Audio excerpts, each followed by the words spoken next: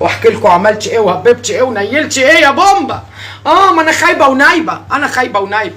المهم فحكيت لكم على كل لما تعرفوا اني نازله السوق قولوا لي ما تنزليش، امنعوني امنعوني.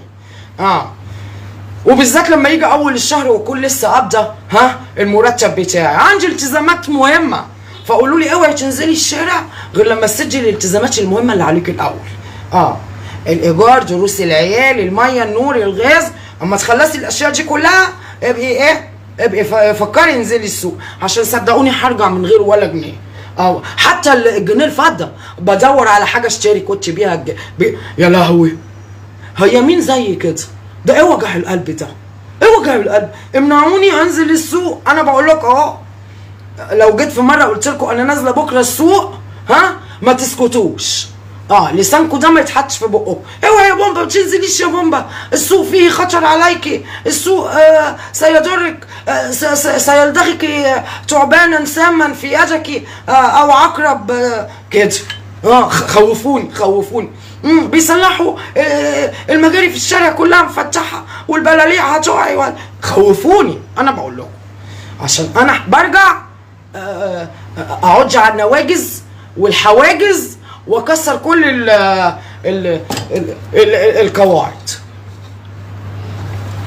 لا انا كل ما بيبقى لو معايا فلوس دلوقتي هتلاقيني نزلت جريت على السوق، لبست كده بسرعه وجريت على السوق. النبي كانت الله يرحمها ماما مقاطف حبيبتي وحشتني، الله يرحمك ويحسن اليكي ويغفر لك، يجعل مأواكي الجنه يا رب. كانت دايما تقول لي انت يا بنت انت الفقر ليكي دواء، تصدقي؟